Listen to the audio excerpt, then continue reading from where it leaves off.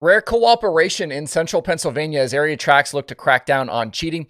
The High Limit Rulebook is out. We'll tell you what you need to know in there, plus racing tonight at East Bay and Volusia, and a streaming note. Let's go.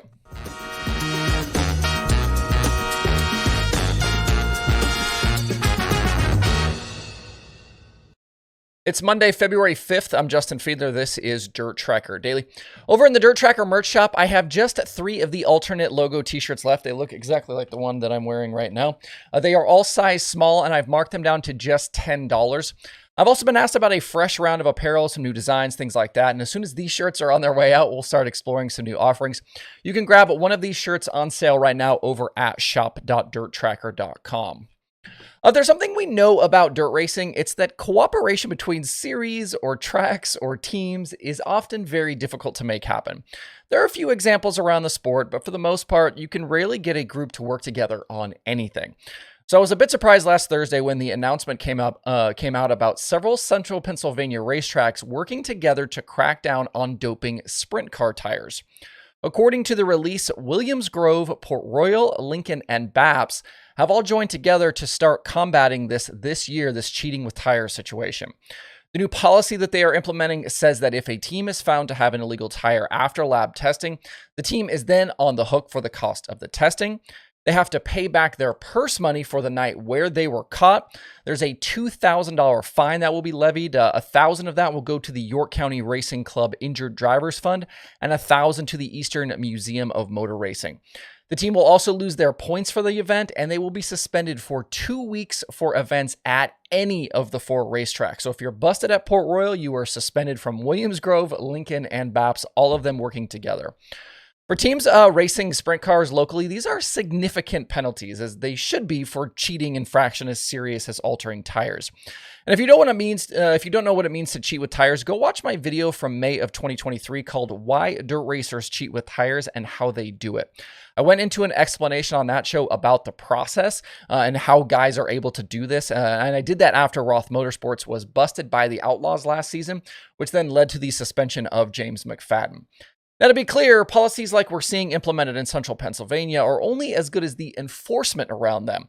So let's hope they take that part seriously as well, because you can say all sorts of things and rules, but if you don't go then follow through on those rules, they don't really matter. And I'm sure I'll get comments on this video about how terrible the testing labs are and how things can be hidden or faked, or what about this situation or what about that situation. But we'll leave that discussion for another day and maybe to other people who understand the science behind how all of this works. I think, too, hopefully this leads to more cooperation between the tracks in the area on other things. I know that Jeremy Elliott has been advocating for a more cohesive schedule up there for several years, so maybe this means that these tracks will start working together in other areas as well. On some other sprint car rules news, the High Limit Series dropped their 2024 rulebook over the weekend. I think it was actually out yesterday. On a very cursory glance, it seems to be fairly standard across the board. Nothing super crazy in there. There are formats there, how points work, penalties, all of that stuff.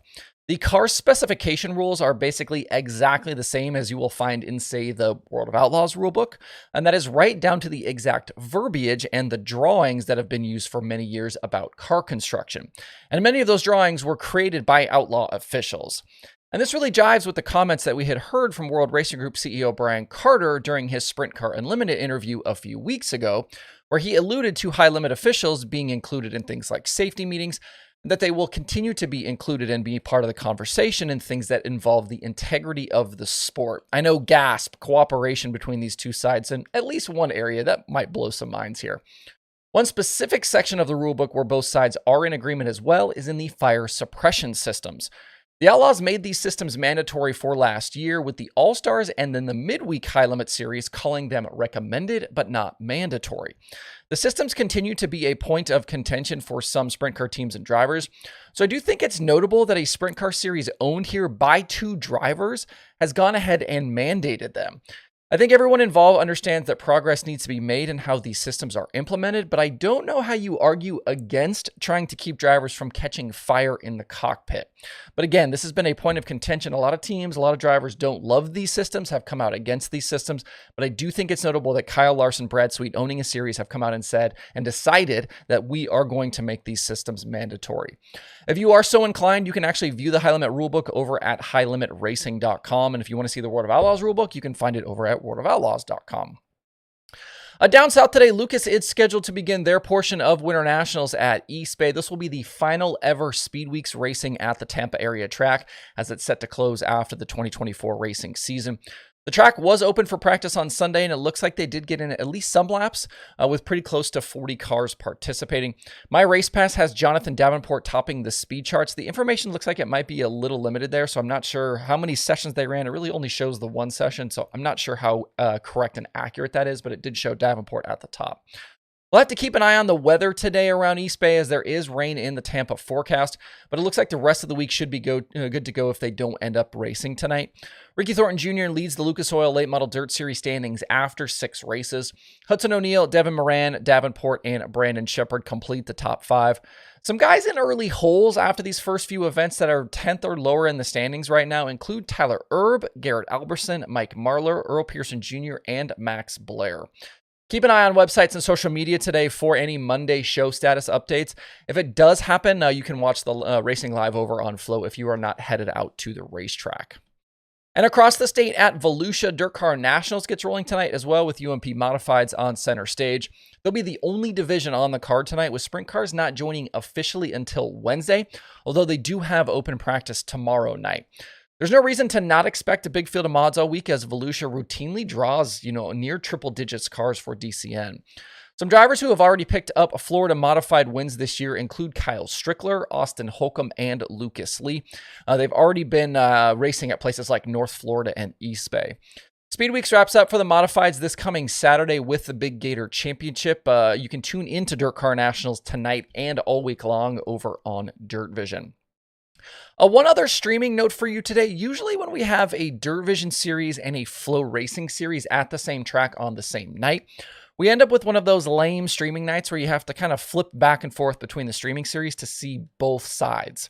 Think about like a Let's Race 2 at Eldora, where you have the World of Outlaws sprint cars and the USAC National sprint cars. When the World of Outlaws are on the track, you're on DIRTVision, and when USAC comes out, then DIRTVision cuts away to something else, and then you have to flip to Flow. But coming up early next week at Volusia, I've been told you won't have that with the USAC sprint cars. Flow will still only carry the USAC portion next Monday and Tuesday, but DIRTVision has been authorized to broadcast the entire night. So if you are a DIRTVision subscriber, you will not have to play that game. You'll get to see the full show of DIRTCar sanctioned late models and the USAC National sprint cars. The USAC season starts this Friday and Saturday coming up at Ocala. They'll then be at Volusia Monday and Tuesday next week, then back to Ocala the following weekend, February 15th through the 17th. Hopefully this isn't the last time we'll have some streaming cooperation in 2024. That's it for the Daily Show today. Make sure to hit up the streaming schedule over at DIRTTracker.com/watch tonight to see your viewing options for this Monday. Hope you guys have a great day out there. We'll see you right back here tomorrow.